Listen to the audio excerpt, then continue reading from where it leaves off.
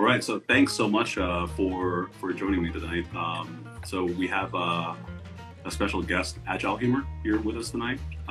So Agile Humor has been a longtime friend of mine. We actually went to college together, and I think that it was a really good opportunity to kind of pick his brain about his journey through consulting and his eventual exit. So, Agile Humor, why don't you kind of kick it off by introducing yourself and talking a little bit about your background? Sure. Thanks for having me. Right now I'm working in tech. I'm a product manager for an e-commerce company based out of New York City. And I was also a consultant for a number of years before I became a product manager. I worked in different sectors, worked for software companies, financial services, federal government, all in the capacity as a consultant. But a few years ago, transitioned into a product management role. Glad to be here and share my experience with everyone. Awesome. So I want to kick this off by asking a pretty simple question. And I have to confess that, just like many other things, I've kind of gone through my professional career not really understanding what Agile is. Every time it comes in conversation, I just kind of smile and nod. So can you help clarify that for the people watching right now? So what the fuck is Agile? First, I have to preface it by saying I am not a certified Agilist, but I am a product manager. I worked as a product owner before, so I do work in an Agile fashion on a daily basis. And on a high level, Agile is a way of working, and specifically referring to software development. And there are several values in Agile methodology that really stand out. So Agile really prefers individuals and interactions over processes and tools. So that's a number one kind of distinction from the traditional software development process. So can you kind of elaborate on that a little bit? Yeah. So if you look at how software was developed before Agile came about, it was kind of a phased approach, right? So you start planning for this huge project, maybe a year or 2 years down the road. You get a bunch of people, writing documentation, having a very detailed plan, as you guys know in consulting, down to the day, the hours, the resources. But we all know that things change, right? Things change, the market changes, priorities change, your clients' priorities change. So sometimes, and most of the time, your plan, you cannot really follow your plan, right? So Agile is basically a way to develop software in a much faster fashion and more iterative fashion.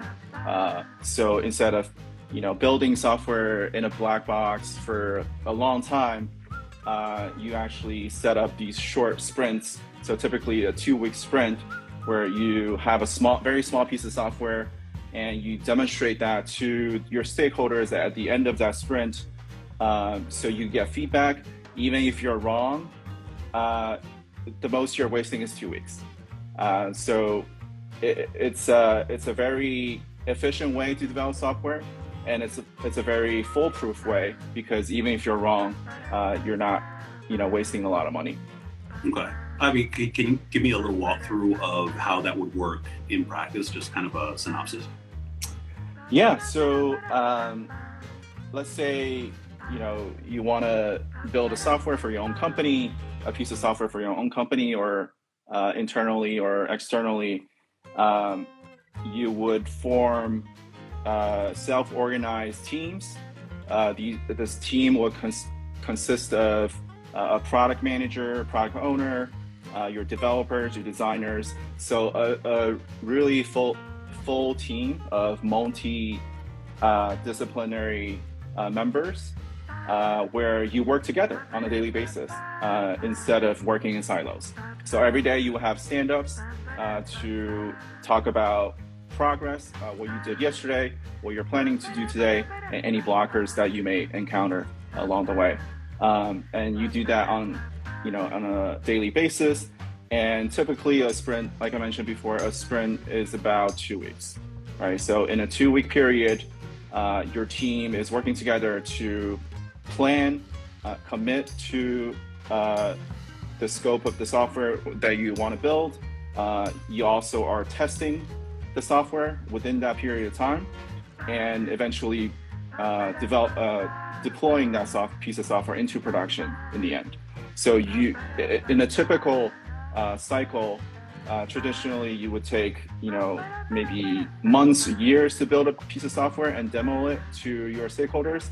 In agile methodology fashion, you would do that on a 2-week basis or a 1-week basis, depending how fast or how long your sprint is. So does that mean that, you're saying that it's more efficient, it gets things done faster, but is it higher burn than what the traditional way of doing things is? I think it depends. I think the value here is really you're adapting to change much faster than having a well thought out plan and then in the end things don't go according to plan, right? So I would say efficiency in the sense that you're saving a lot of money and resources in case that you're wrong. And we all know most of the time your project goes wrong. Oh man, I'm always right. I don't know what you're talking about. So just for those of you who are joining right now, I'm here with my good friend Agile Humor, and we're chatting about we're really just talking shop here. If you guys want to know more about product management or Agile, he's a great resource to follow. So definitely check him out. So the next thing I want to talk about is more general to consulting. Being that you were a consultant in your prior life, right? So I want to talk a little bit about your entry into consulting, which I think is a little bit similar but different than mine, right? So just for a little bit of context, both Agile Humor and we went to grad school in the same period. So he got his MBA, I went and got my MHA, which is a Master's in Healthcare Administration. We wanted to stay in the healthcare field. So we both graduated at the same time from different schools. And a funny story that I like to tell is that when I graduated, it was kind of a tough time for healthcare. It was actually 2012, so the Affordable Care Act just went into effect, and it changed a lot of the healthcare landscape. And a lot of my class, who traditionally would have gone to academic medical centers, a lot of us ended up going to consulting firms, right? So I remember this, and Agile Humor was already a consultant at this time, but I remember calling him up and saying, okay, well, I have this interview for a small consulting firm, any pointers? And he goes, oh, yo, so how's your casing? I'm like, how's my what? Like, your case interviews. I'm like, what the fuck is a case interview? He's like, oh my God. Yeah, no, this is something that you need to know. And I actually drove down from Philly to DC that night, so he could do mock cases with me. Didn't turn out, didn't end up getting cased for that position. Luckily, I think I would have fallen flat on my face. But yeah, talk us through kind of your transition into consulting and grad school. Yeah, so kind of the background on my journey. So I went to grad school back in 2010. So it was kind of right after the housing crisis happened, right? Yeah, the great culling, yeah. So I think, like myself, many young professionals either lost their job or is trying to break into a new field, found grad school, especially MBA, as a good opportunity to really change your career or do something that you want to do. Or just wait out the exactly, or just wait out the the crisis. So when I graduated 2012, the economy kind of recovered, and there were a lot of opportunities, for everybody. So I remember back in the day, my MBA class was kind of the largest in its history it's ever been, right? So right now, the school I went to, they have about maybe 60 to 70 people in the class. When I was there, we had 160 people. So, double the size. And how I got into consulting was really, my background was in math. So I'm a numbers guy, I'm a quant guy, really wanted to do finance, but... you look like a quant. So do you. But, partially it was because the finance field was still recovering, right? So there weren't a lot of opportunities, especially when it comes to investment banking. And I wasn't really sure if I wanted that lifestyle, right? Like it sounded glamorous, but I've also heard horror stories about, being an IB. So I looked into consulting, and to be honest, I didn't really know what I wanted to do because after finance, I didn't have a secondary goal. So I thought consulting was a good opportunity for me to try different things because, when we talk about consulting, it's a general profession, right? But within consulting, there's so many different fields, different industries. So I really wanted to learn, really to try my hands on different things.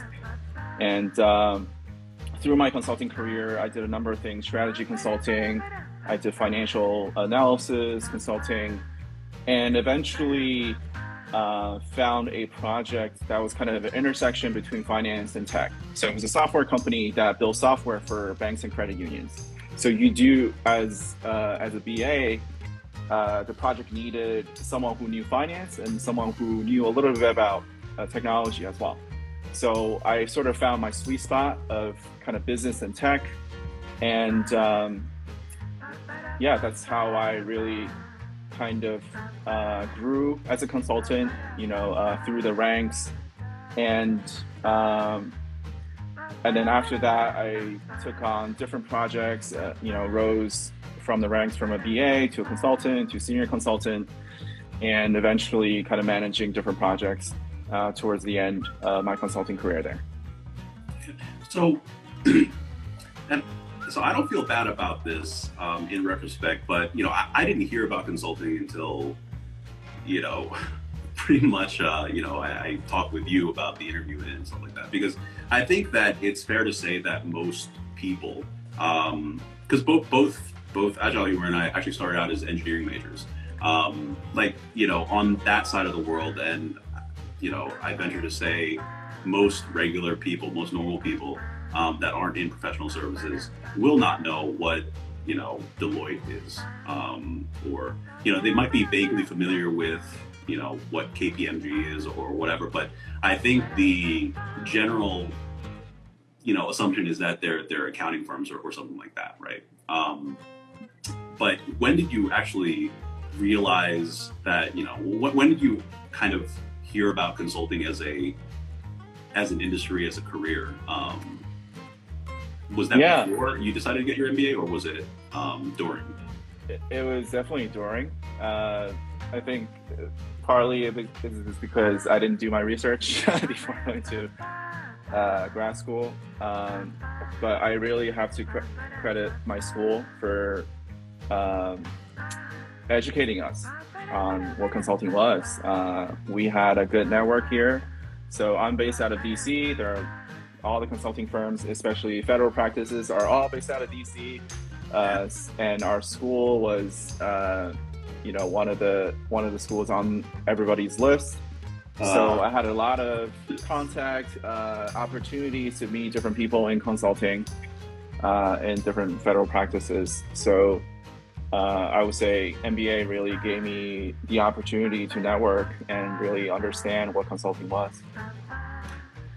Yeah, I mean, I think that, I think this, being immigrants kind of plays into this a little bit, right? Like, I think the only professions that my parents would have kind of recognized as gainful employment would have been like, something in medicine or law or accounting or, engineering or pharmacy, something like that, right? Something more technical. I don't think that this type of thing was even really on their radar. It wasn't really something that I felt like was, very transparent or visible to me, especially when I was younger, right? And even through grad school, I think that the MBAs, this is like, like IB, consulting, these are things that people, it's a pretty common career path after your MBA. But I think that with the degree that I chose to get, that wasn't really ever discussed at any great length, right? I think the idea was, hey, after you graduate, you go out and become like a hospital administrator or something like that. But yeah, I think that a lot of people have trouble understanding, especially when, they're younger or less experienced, about what consulting actually is, because it's really hard to describe, right? In so many words, it's tough to understand what it actually is until you do it. And I've been struggling to find a succinct way of kind of just giving the rundown, but it is extremely specific. And one of the things that I realized about consulting when I was running this account was how similar the experiences are, like these tropes that we talk about in consulting, right? It doesn't matter if you're a part of a boutique or Big Four or MBB. A lot of these experiences are shared. A lot of the, the struggles, the frustrations, and things like that are universal within big firm or small firm consulting. As long as it's not independent consulting, I think that's probably excluded. Or if you're part of like a pyramid scheme. I think I watched the Lula Rich documentary on Amazon, and I think they refer to themselves as fashion consultants, and I think I threw up a little in my mouth, but that's the kind of shit that that I would put to the side. But yeah, it's an interesting kind of universal experience, and yet it's so hard to explain. So someone in chat just made fun of us because we have yet to describe what consulting is. So as a consultant, can you give your thoughts on what a consultant is? Yeah, I mean, if you want the 5-minute rundown, I have a video on YouTube that I think 30 seconds, elevator pitch. 30 seconds. 30 seconds. All right. The consulting model is basically involves betting that the people that you have on your staff to solve the problem are better than what the client has. I mean, I think that's the long and short of it, right? That's the value. We should be providing more capable problem solvers, smarter problem solvers, and then at the more senior levels, of course, that subject matter expertise, hopefully, right? But and I kind of really dig into this model, especially at the undergrad level, right? And I've asked this question before, where I said, hey, if you're coming straight out of undergrad with, say, like a business degree, right? And the entry-level base comp is $85,000 a year, right? Like, how many hours do you think is fair to work? I think, based on the survey results, most people will say 60, right? And actually, that appears to be the average. But some people push back, like, oh well, no, 60 is too much. I'm like, are you serious? Like, tell me what you know when you come directly out of undergrad. What do you have to offer except for literally your labor and your time? I mean, you're being paid to learn on the job, right? And the idea is that hopefully you're a better problem solver, you're more quick and clever, quicker to learn than, again, what the client has on hand in terms of human resources, right? And I think that is the core of consulting in a nutshell, right? Mm-hmm.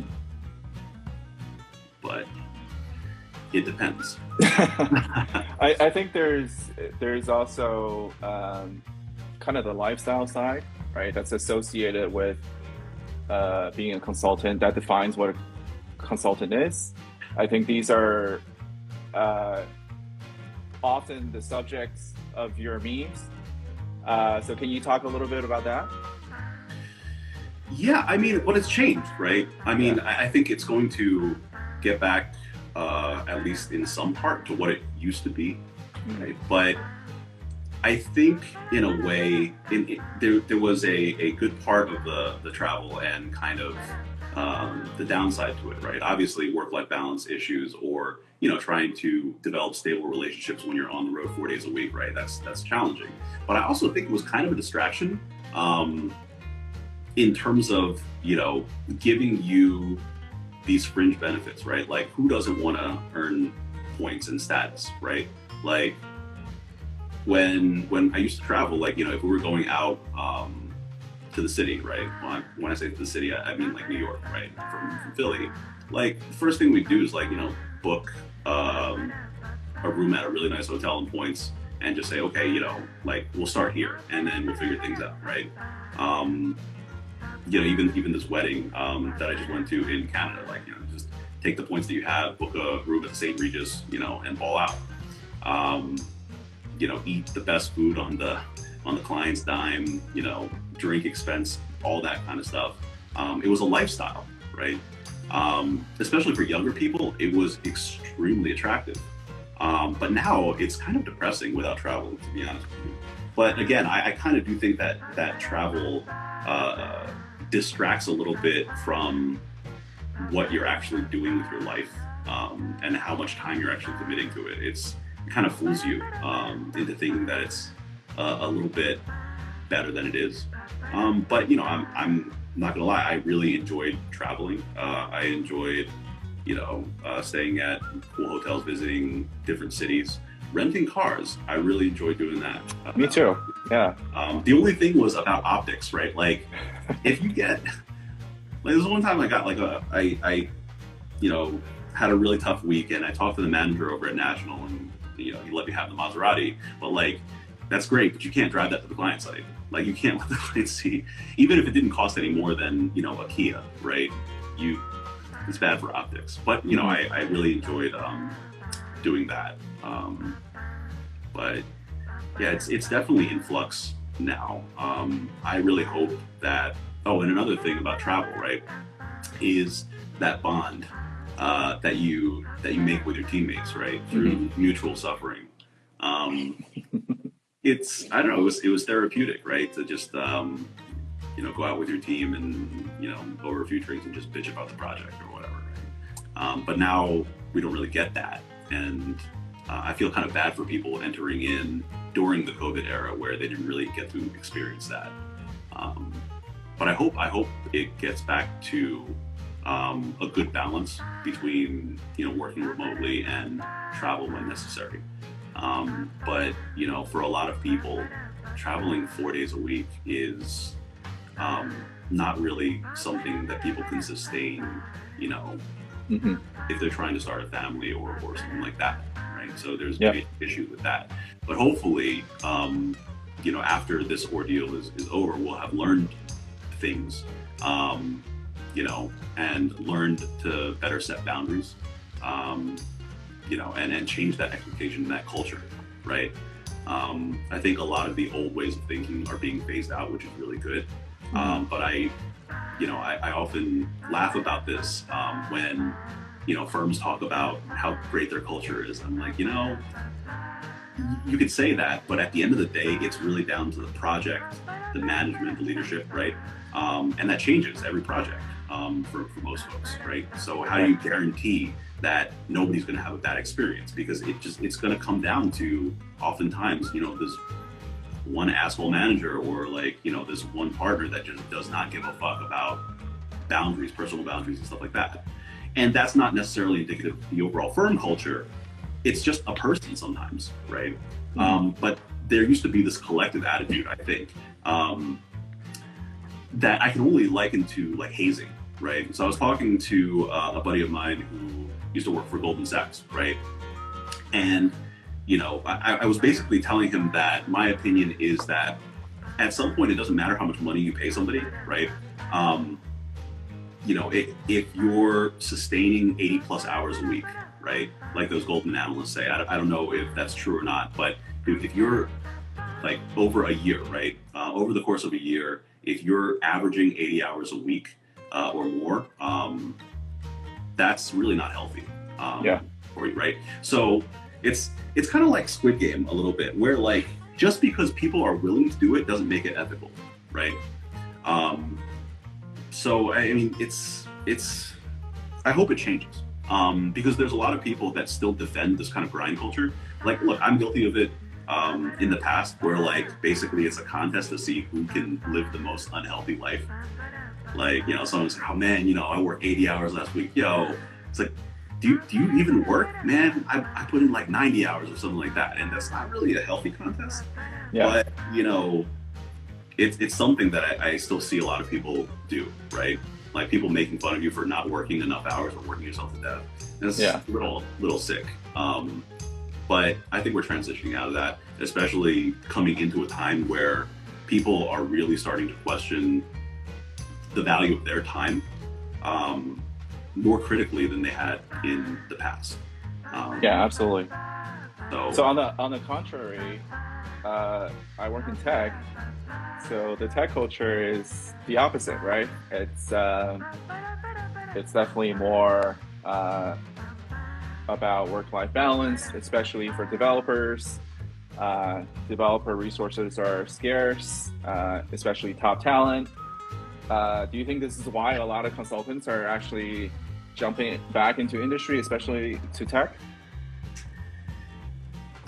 I think that people are realizing there are opportunities, extremely lucrative opportunities that exist, where you do potentially a fraction of the hours that you're putting in. Because remember, like for most big firms, right, you'll have your work, which, by the way, like some of these projects, actually almost all of these projects, you sit down, you try to do the work, and it is impossible to get done that volume of work in a 40-hour work week. It just is not. It doesn't matter how good you are at doing what you do. Sometimes it's just not possible, right? On top of that, you also have firm initiatives and things like that, and non-billable work that ultimately, amplify that number of hours that you truly put to work, right? And that's not even counting the travel and things like that. Mm-hmm. I think the transition is people, seeing the opportunity, right? The way I like to think about it is like a dog, right? A dog that won't jump over a fence until it sees another dog jump over, and then it knows it can, right? But it could have done that all along. And I think that with more and more people, like if you see your peers go out and pursue exit opportunities that are like, shit, man, he's making twice the amount of money and he's doing like a quarter of the work, right? That makes you really question what you're doing, right? I think there are a lot of changes that need to happen to consulting, and I think it really does begin with compensation and really paying people what they're worth. Yeah, it's funny because consulting traditionally was considered one of the highest paying jobs, right? It's investment banking and then consulting, but now in proportion to what you actually know or bring to the table, especially at the entry level, right? Like, who else is going to pay you near $100,000 to just like not know anything, but just, be this, like person brimming with potential, right? Yeah. That's what they're hiring for at the entry level, right? Mm-hmm. Like, and I think that's, it's interesting, with the firm that I used to be at, I did a lot of the interviewing, and I always kind of chuckle to myself when, undergrads would really try to, hype up their experience and things like that. And I'm just sitting in the front, and I'm like, I don't expect you to know anything about anything at this point, right? There are certain qualities I'm looking for, but knowledge is not necessarily one of them, especially straight out of undergrad, right? It'd be nice, but like how much could you possibly know at this point? You just don't have enough experience. But it's it's what I love about consulting as well, right? Is that dynamic nature. Like you have to be this kind of person that can absorb and accumulate information and knowledge quickly, and be incredibly flexible and work across industries. Or it's that's what I love about it, right? And I think that the people who don't want to leave consulting are probably thinking that industry is rather stagnant, right? Which in certain cases is true, right? But if you really dig that fast-paced life, and kind of jumping from one thing to another, and learning more things than I think that you could do at any other job, then I think consulting, like staying in consulting, is more attractive that way. But it's times are changing on this.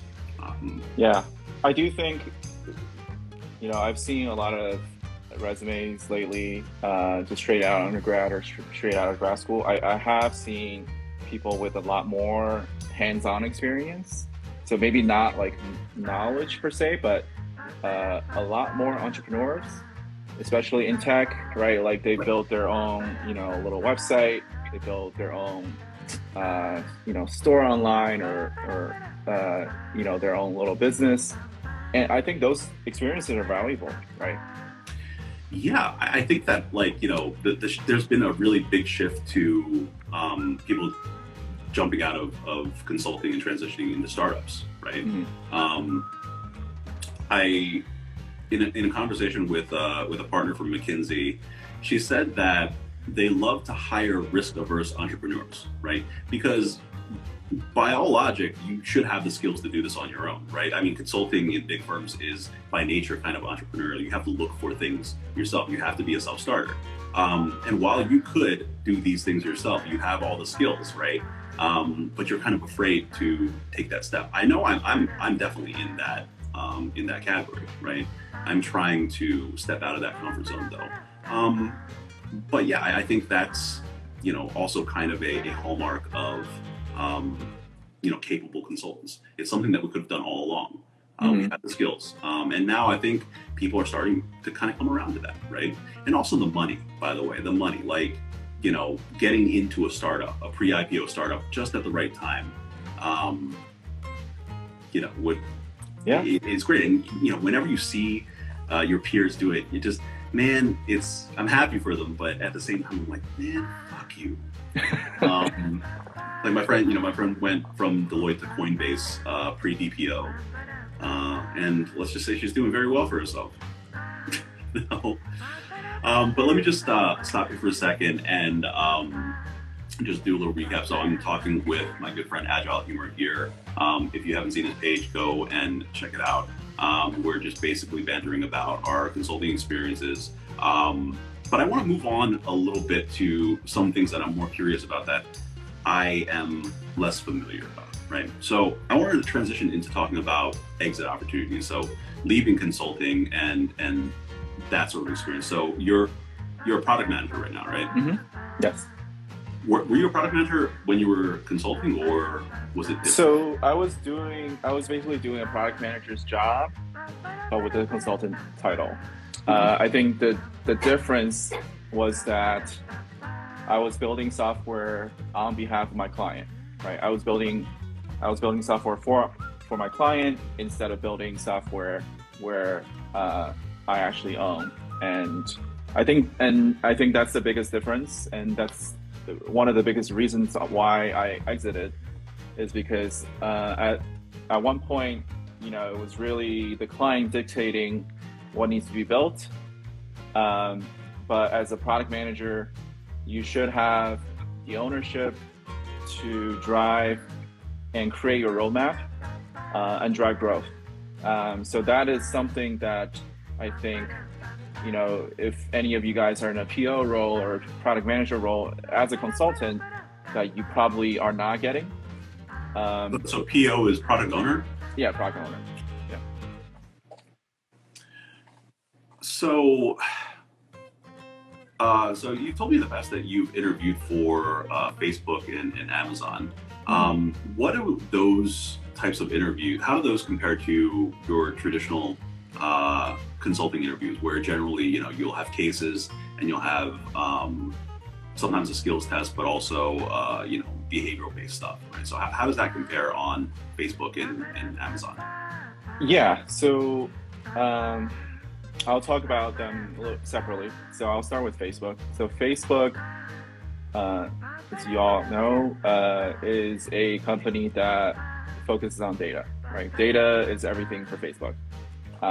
So they really want to know if you can execute.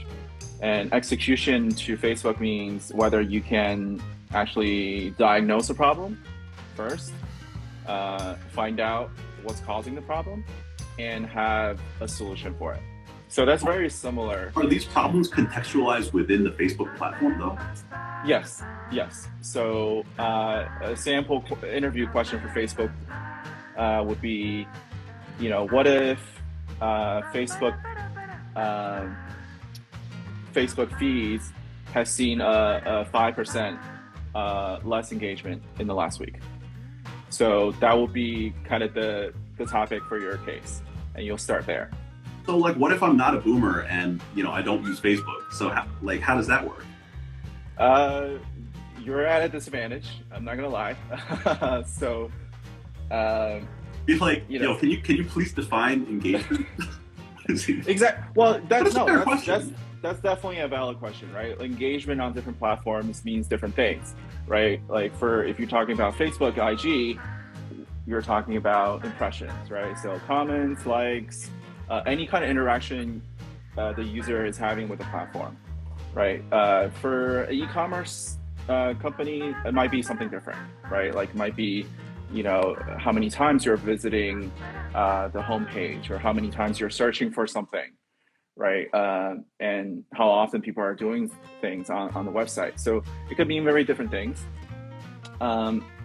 So that's one part of the Facebook interview. So it's about execution, so problem solving. So first you have to diagnose the problem. So come up with potential causes for the problem, and then think about a solution on how you will solve it, right? I won't go into too much detail here, but another part of the Facebook interview, at least the first round, is kind of a design challenge, right? So they'll tell you something a little out of the box, right? So for example, what if Facebook wants to start a news app, a separate news app? How would you build it, right? So this will require the candidate to know a little more about the customer, a little more familiar with design thinking concepts, and show empathy for the customer. Because, as a product manager, you're always solving problems for your customer, whether the customer is external customers or internal customers. And that's your job, really, to solve actual problems. What about Amazon? So Amazon is all about their leadership principles. So Amazon is really about your aptitude, your characteristics as a professional. So Amazon has 14 leadership principles. Starts with customer obsession. So there's definition of what each one means on their website, and it's the entire Amazon interview is behavioral. So they will ask you questions trying to test your experience and knowledge about those leadership principles, right? So they won't ask you, tell me about an example where you showed customer obsession. It won't be as straightforward as that. But they'll ask you a question where, you had a competing priority, right? Or something, customer wanted something else, but you think you should build it this way. How did you solve that problem, right? But there's a finite number of things that they're scenarios that they're asking. So you're saying there's 14, right? Yes. But they're not going to just spoon feed it to you, but you have to kind of discern for yourself which one of these qualities that they're trying to assess for, right? Exactly. So you have to be a really good listener, and during the interview, like I said, they won't tell you which one they're testing you on, but you kind of have to discern from what they're asking you. Man, I'm just like thinking, if it were me, like, do I go and take these 14 principles or values and start basically constructing narratives, like, like 2 or 3 narratives per scenario, right? And just kind of commit them to memory and then try to kind of regurgitate them in a more organic way, like I've done for some interviews in the past. That's exactly. Or would I just wing it? Like, okay, I know there's these 14, I just have to figure out which one it is. And then, trust that I have enough experience that I can, figure out a compelling narrative. Because you know me, like I could definitely swing either way.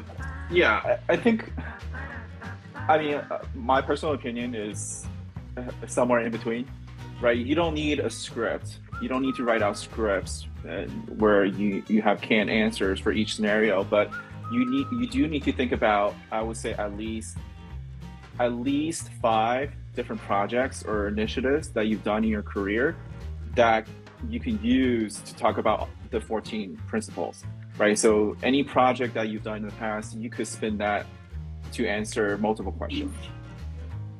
So that's something I would say, instead of coming up with different scenarios for each question, maybe think about the projects that you've done and how you connect those with the leadership principles.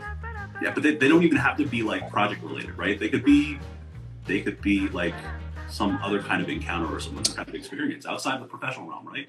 Yes. It could be some kind of firm initiative, right? Like, any kind of extracurricular, as the consultants here know very well, right? So you could use those as examples. You could use your own entrepreneurship journey as examples. I do think, one thing that Amazon is looking for is the breadth of your experience. So they will expect you to not use the same projects over and over again for different questions. Depth of experience, right? Like, you have to. It's not that you have to know a lot of. It's that when you talk about something, it has to be deep, and meaningful. But it can't be the only project you've ever done. Right. So you can't use 1 or 2 examples for the 14 questions that you're going to get. Right. So just swap out some names, And Amazon also is known for requiring, at least for product managers, it's known for requiring product managers to write white papers. So that's how meetings happen at Amazon, right? So, instead of someone presenting a deck, somebody like PowerPoint slides. Right. Somebody, Mr. Bezos doesn't like PowerPoints. It's essentially you pass around a white paper that's 5 to 6 pages. Everybody shuts up for 15 minutes and actually reads the paper from beginning to end, and then you get into your discussion. So writing is very important for Amazon. So as a part of the interview process, you are required to submit a writing sample. So there are 2 topics. You can look it up on Google. Writing is a requirement for Amazon. And that is hugely different from. I would say like Facebook is a little bit more similar, but Amazon's completely off the deep end in terms of differences from consulting interviews. It's really crazy. Mm-hmm. So if you guys are just joining us right now, I'm here with Agile Humor, an old friend of mine, just kind of talking about our mutual journeys in consulting, as well as Agile and product management. So the last thing I wanted to talk to you about was just kind of thoughts about life after consulting, right? Any thoughts in retrospect, especially for folks that might be newer to the field or thinking about getting into the field? Mm-hmm. I think one thing I won't miss is definitely living out of a suitcase for 5 days out of the week. That really took a toll on me. I think just mentally and like socially, right? So yes, you're getting all the points, you're eating on your client's dime, but there are sacrifices that you have to make as a consultant, right? Like in addition to the long hours that you work, you are away from your home for 4 or 5 days out of the week. So, just have to advise everyone to be mentally prepared for that. And, typical engagement for consulting is it could be anywhere between 2 months to 2 years, right? Like it really varies. So you just have to really prepare for that kind of lifestyle. Well, like Right? if you're federal, like you could just be staffed on one project for your entire consultative career. Yes, absolutely. But federal consulting, just in my experience, a lot of it does require clearance, right? So you're working in an environment where it's a lockdown environment where you're not allowed to have your cell phone, you're not allowed to have your personal computer, you're on a intranet, like within the building. So I think that's going to be really hard for some people, right? Especially nowadays with the younger generation to be okay with that. Yeah, and a lot of federal practices have to submit their timesheets every day. That's Yep. annoying. Yeah, because it's taxpayers' money, right? So you have to be responsible. All right. So is there anything else that you want to add before we close this out? Yeah, I think someone asked about like transitioning from consultant to product management. I think essentially it's very similar in function because you're problem solvers. That's what you're trying to do, right? Like you're trying to solve a problem for your client or you're trying to solve a problem for your customers. I think the way we go about things might be different, but the goal is the same. So for consultants that want to transition to product management, I would definitely, especially, product management, I'm talking about tech here, right? So the tech consultants who want to transition, really think about things that you can do on your own. So look up like design thinking skills, right? Like showing empathy for the customer, which you probably do, right? For clients, right? Putting yourself in other people's shoes. Learning Agile is one thing I would definitely recommend. There are courses you could take, certifications you could get. Almost all tech companies nowadays, PMs have to know Agile one way or the other to build software. So I would say that's even a requirement. And take your business skills to product management, right? As a product manager, not only do you have to know how to build technology, you also have to understand the business because that's where your requirements are coming from, right? That's, you as a PM have to kind of analyze the market, analyze your competitors, analyze customer needs, and translate that into pieces of software. So take your BA skills and definitely apply that to product management. Nice. I'm just looking through the questions real quick. These aren't questions. All right, guys. Well, thank you so much, Agile Humor, for taking the time to do this. If you guys haven't seen his page, definitely check it out. It's very similar to the content that I have here in the sense that it really does touch upon some of the tropes and really the lifestyle aspects of what people should expect to deal with in product management in Agile. Just as a side note, several people have told me this actually that have done campus recruiting. They've cited this page as a resource for lifestyle. If you want to learn more about consulting lifestyle, check out this page. it's really strange, but I think I would agree with that. You're kind of getting an honest take from from things that are happening from people in the industry, from things that are happening in the industry, but just in meme form, right? And I think it's kind of an interesting way to get kind of oriented to this industry, right? Um, but in any case, so thank you very much. Of course. If you guys haven't seen his page, definitely give him a follow, and we will see you later. Yeah, we'll do this again. Thanks, guys.